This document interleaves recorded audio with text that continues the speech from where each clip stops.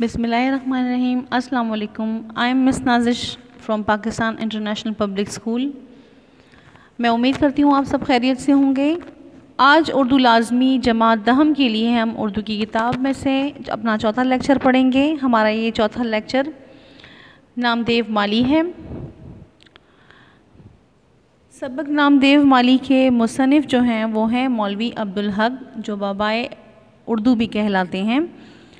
मैं सबक पढ़ने से पहले आपको मुसन्निफ़ मौलवी अब्दुल हक का तारुफ़ी सफ़ा पढ़ाऊँगी।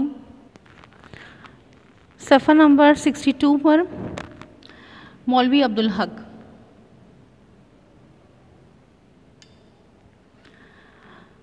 विलादत 1870, वफ़ात 1961। मौलवी अब्दुल हक हापुड़ ज़िला मेरठ में पैदा हुए। इब्तिदाई तालीम पंजाब और यूपी से हासिल की। इसके बाद मदरसतुल उलूम अलीगढ़ में दाखिल हुए। अपने फ़लसफ़ियाना तर्ज़ फ़िक्र की बदौलत मदरसतुल उलूम में अब्दुल हक फ़लसफ़ी के नाम से मशहूर थे। इसी ज़माने में सर सैयद अहमद ख़ान के रिसाले तहज़ीबुल अख़लाक़ में उर्दू ज़बान के मुस्तक़बिल पर मज़मून लिखा, जिससे कुदरती तौर पर इनका नज़्म-उल-ऐन ज़ाहिर हो गया। तालीम की तकमील के कुछ अरसे बाद वो हैदराबाद दक्कन चले गए और महकमा तालीम में मुख्तलिफ़ ओहदों पर मुलाज़मत करते रहे। इनका शुमार उन चंद लोगों में होता है जिनकी तजावीज़ पर जामिया उस्मानिया का क़याम अमल में लाया गया। मौलवी साहब एक तवील अरसे तक अंजुमन तरक्की उर्दू के सेक्रेटरी रहे। ये वो दौर था जब हिंदुओं के ज़ौक़ हिंदी की बदौलत उर्दू ज़बान मुख्तलिफ़ मसाइल का शिकार थी, लेकिन ये मौलवी साहब की मुसलसल मेहनत, हिम्मत और जुर्रत थी कि उर्दू के ख़िलाफ़ कोई साजिश कामयाब नहीं हुई। क़याम पाकिस्तान के बाद मौलवी साहब पाकिस्तान चले आए और कराची में रिहाइश इख्तियार की। कराची में जामिया उस्मानिया की तर्ज पर उर्दू कॉलेज कायम किया। मौलवी साहब एक मुहक्किक, नक़ाद, खाका नवीस और इंशा पर्दास थे। हैदराबाद दक्कन में क़याम के दौरान में उन्होंने उर्दू की बेशुमार कदीम और नायाब कुतुब दरियाफ़्त की। उन किताबों पर इनके लिखे गए मुक़द्दिमात उर्दू ज़बान व अदब का बेहतरीन सरमाया है। उर्दू ज़बान व अदब के लिए इनके नाकाबिल फ़रामोश किरदार की वजह से उन्हें बाबाए उर्दू के नाम से याद किया जाता है। इनकी चंद अहम तसानीफ़ ये हैं: चंद हम असर, मुक़द्दिमात अब्दुल हक, खुतबात अब्दुल हक, तनकीदात अब्दुल हक, कवायद ज़बान उर्दू, इंतखाब कलाम मीर वग़ैरह। अब आते हैं हम अपने सबक की तरफ। हमारा सबक नामदेव माली। नामदेव माली एक शख्सी खाका है जो इसके मुसन्निफ़ मैं आपको पढ़ा चुकी हूँ, मौलवी अब्दुल हक हैं। नामदेव माली जो थे वो ये मकबरा राबिया दुरानी औरंगाबाद दक्कन का माली था। मौलवी अब्दुल हक कहते हैं कि मैं जब भी नामदेव को काम करते देखता तो हैरान हो जाता। मैंने हमेशा उसे काम में मसरूफ़ देखा। नामदेव पूरी ईमानदारी से अपने फ़राइज़ अंजाम देता था। वो बाग़ के पौधों को अपनी औलाद समझता था, औलाद की तरह उनकी परवरिश करता और वो पौधों की देखभाल इस तरह करता जैसे कोई नेक और हमदर्द डॉक्टर अपनी अजीज़ बीमार की करता है। वो पौधों को तंदुरुस्त और तवाना देखकर बहुत खुश होता था। पानी की किल्लत के दौरान दूर दूर से पानी लाता था। काम के दौरान वो अपने इर्द गिर्द के माहौल से बेखबर वो अपने काम में मसरूफ़ होता था।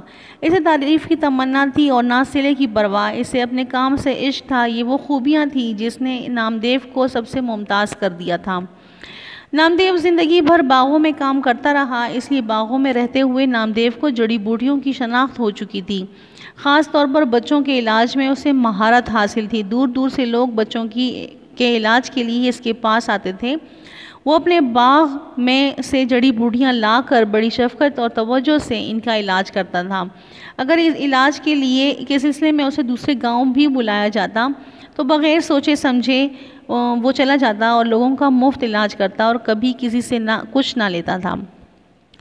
एक दफ़ा ऐसा हुआ कि एक साल बारिश बहुत कम हुई। कुओं और बावलियों में पानी बराए नाम रह गया। बागों में आफत टूट पड़ी। बहुत से पौधे और पेड़ तल्फ और ज़ाया हो गए। जो बच गए वो इसे ऐसे निढाल और मुरझाए हुए थे जैसे बहुत दिनों के प्यासे और बीमार। लेकिन नामदेव का बाग हरा भरा था। वो दूर दूर से एक एक घड़ा पानी का सर पर उठा के लाता और पौधों को सींचता, यानी उनको पानी देता। ये वो वक्त था जब कहत ने लोगों के औसान ख़ता कर रखे थे। और उन्हें पीने का पानी भी मुश्किल से मैसर आता था, मगर ये खुदा का बंदा कहीं ना कहीं से ही ले आता और अपने पौधों की प्यास बुझाता। जब पानी की किल्लत ज़्यादा हुई तो इसने रातों को भी पानी ढो ढो कर लाना शुरू कर दिया।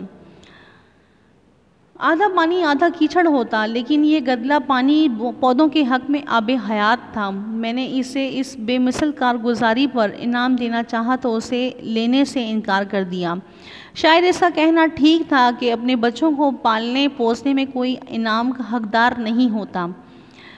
मौलवी अब्दुल हक कहते हैं कि मेरे नज़दीक दुनिया में नेकी और बड़ाई का मयार ये है कि नेकी उस वक्त तक नेकी है जब तक आदमी को ये मालूम ना हो कि वो कोई नेक काम कर रहा है। जहाँ इसने ये समझना शुरू कर दिया कि किया तो नेकी नहीं रहती, जब कभी नामदेव का ख्याल आता है तो मैं सोचता हूँ कि नेकी क्या है और बड़ा आदमी किससे कहते हैं। हर शख्स में कुदरत ने कोई ना कोई सलाहियत रखी है, इस सलाहियत को दर्जे कमाल तक नेकी और बड़ाई पहुँचाती है। दर्जे कमाल तक ना कोई पहुंचता है और ना पहुंच सकता है ना, लेकिन वहां तक पहुंचने की कोशिश ही में इंसान बनता है। ये समझो कि कुंदन हो जाता है। बच्चों, इस सबक का मरकज़ी ख़याल ये है कि किसी इंसान की अज़मत का अंदाज़ा उसकी ज़ात पात से नहीं बल्कि पेशा वराना सलाहियतों से लगाना चाहिए, क्योंकि ये नामदेव माली जो था ये एक माली था और ज़ात का ढीडर जो बहुत नीच कौम ख्याल की जाती है हिंदुओं में। कौमों का इम्तियाज़ मसनूई है और रफ्ता रफ्ता नस्ली हो गया है। सच्चाई, नेकी और हुस्न किसी की मीरास नहीं होती। ये खूबियाँ नीच ज़ात वालों में भी ऐसी होती हैं जैसे ऊंची ज़ात वालों में। जो हर एक इंसान जो हर किसी का एहतराम करे, खंदा पेशानी से सबके साथ मिले और अपनी बिसात से बढ़कर दूसरों की मदद बग़ैर किसी लालच के करे, तो ऐसा इंसान अज़मत की बुलंदियों पर होता है। जिस तरह इस सबक में मुसन्निफ़ कहते हैं कि अगरचा नेक कामों में ना कोई दर्जे तक पहुँच सकता है और ना कोई पहुँचा है, अलबत्ता वहाँ तक पहुँचने की कोशिश में ही इंसान हकीकी मायनों में इंसान बन जाता है। ये सबक आप पढ़ेंगे और इसके बाद हम इसकी मश्क करेंगे।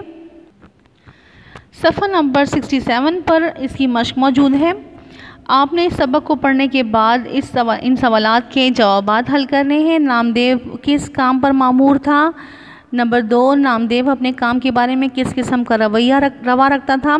नामदेव को किस चीज़ की शनाख्त हो गई थी और वो इससे क्या काम लेता था? नामदेव किस बेमिसल कारगुजारी पर इनाम का मुस्तहिक समझा गया? नामदेव के किरदार में कौन सी खूबियाँ मौजूद थीं? मौलवी अब्दुल हक के नज़दीक दुनिया में नेकी और बड़ाई का मयार क्या है? इस सबक का मरकज़ी ख़याल भी आपने तहरीर करना है अपने अल्फाज में, और इसका ख़ुलासा भी अपने अल्फाज में लिखेंगे आप। दर्ज़ेल अल्फाज में से मुज़क्कर और मुअन्नस चुन कर लिखें। यहाँ पे जो अल्फाज हैं आपने ऐसा करना है कि मुज़क्कर और मुअन्नस का अलग अलग कॉलम बनाकर इसमें आपने जो लफ्ज़ मुज़क्कर बोले जाते हैं उनको मुज़क्कर में और जो मुअन्नस बोले जाते हैं अल्फाज उनको मुअन्नस में लिखना है। जैसे मकबरा, ये मकबरा है, ये मकबरा जो है आपने लिखना है मुज़क्कर में, ठीक है। इस तरह आपने इनकी पहचान ख़ुद करनी है और इन अल्फाजों को अलग अलग कॉलम में लिखना है। इसके बाद यहाँ पे दर्ज़ेल इबारत की तशरीह करें। बाज़ दफ़ा इसकी हरकतें देखकर बहुत ताज्जुब होता। मसलन क्या देखता हूँ कि नामदेव एक पौधे के सामने बैठा है, इसका थाना वाला साफ़ कर रहा है, यहाँ इसकी क्यारी कर रहा है। थाना वाला साफ़ करके हौज़ से पानी लिया और आहिस्ता आहिस्ता डालना शुरू किया। पानी डालकर डोल दुरुस्त की और हर रुख से पौधे को मुड़ मुड़ कर देखा। फिर उल्टे पाँव पीछे हट कर उसे देखने लगा। देखता जाता था और मुस्कुराता खुश होता था। ये देखकर मुझे हैरत होती और खुशी भी। काम उसी वक्त काम होता है जब इसमें लज्जत आने लगे। बेमज़ा काम नहीं, बेकार है। ये इसकी पहली इक़्तिबास है। आपने इसको हवाला सबक व मुसन्निफ़ और सियाक़ व सिबाक़ के साथ आपने इस इबारत की तशरीह करनी है। इसके बाद दूसरी तशरीह जो है वो आपने दूसरे पैराग्राफ की, वो बहुत सादा मिजाज, भोला भाला और मुनक्सिरुल मिजाज था। इसके चेहरे पर बशाश्त और लबों पर मुस्कुराहट खिलती रहती थी। छोटे बड़े हर एक से झुककर मिलता, गरीब था और तनख्वाह भी कम थी, इस पर भी अपने गरीब भाइयों की बिसात से बढ़कर मदद करता रहता था। काम से इश्क था और आखिरकार काम करते करते ही इस दुनिया से रुखसत हो गया। ये इसका दूसरी इबारत की तशरीह आपने करनी है, सबक, हवाला, मुसन्निफ़ और साथ में सियाक़ो सिबाक़ के बाद इसकी वजाहत करनी है। नंबर 4 सवाल है, दर्ज़ेल अल्फाज और तराकीब को जुमलों में इस्तेमाल करें। इम्तियाज़, निगहदाश्त, मीरास, बंदा खुदा, दुनिया व माफिया, आब हयात, ज़ौक़ व शौक़, कदरदान, योरिश, मुनक्सिरुल मिजाज। ये आपने जो है वो अपनी कॉपी में हल करने हैं। यहाँ इसके बाद नंबर 5 सवाल है, जुमला मुतरज़ा की तारीफ़ आपने करनी है। अब जुमला मुतरज़ा क्या है? जुमला मुतरज़ा से मुराद ऐसा जुमला है जो असल जुमले की वजाहत के लिए आए और असल जुमले के ख़याल को वाज़े करने में मदद दे। जुमला मुतरज़ा कौसैन में लिखा जाता है। जैसे यहाँ पे मिसालें दी गई हैं, यहाँ पे मिसाल दी गई है। नंबर 1 शाहिदा अफरीदी, यहाँ पे कौसैन में देखिए क्रिकेट के मशहूर खिलाड़ी, कौसैन में लिखा गया है क्रिकेट के मशहूर खिलाड़ी आज हमारे स्कूल तशरीफ़ लाए। शाहिदा अफरीदी तो कोई भी हो सकता है, लेकिन यहाँ पर हमने उनकी पहचान बताई कौसैन में लिखकर कि क्रिकेट के मशहूर खिलाड़ी शाहिदा अफरीदी हैं। नंबर बे जो है, अमजद डैश में यहाँ पे देखिए कौसैन में लिखा है खुदा बख्शे, मतलब यहाँ पे खुदा बख्शे ये आदमी जो है अमजद तो कोई भी हो सकता है, लेकिन ये अमजद जो है ये अल्लाह को प्यारे हो चुके हैं, इसलिए यहाँ पे उनके लिए खुदा बख्शे का लफ्ज़ इस्तेमाल हो रहा है कौसैन में। बड़े बाकमाल इंसान थे। नंबर जीम है, नासिर आपका हम जमात आज बाज़ार में मिला। नासिर तो कोई भी हो सकता है, आपका दोस्त पड़ोसी कोई भी हो सकता है, लेकिन यहाँ पे जो नासिर इनको बाज़ार में मिला वो था आपका हम जमात। इसे कौसैन में लिख के ज़ाहिर किया गया है, वाज़े किया गया है कि आपका हम जमात नासिर जो है वो बाज़ार में मिला। मैं उम्मीद करती हूँ ये सबक आपको समझ में आया होगा और आप इसकी मश्क जो है वो घर में अपनी कॉपी में होमवर्क करेंगे। शुक्रिया।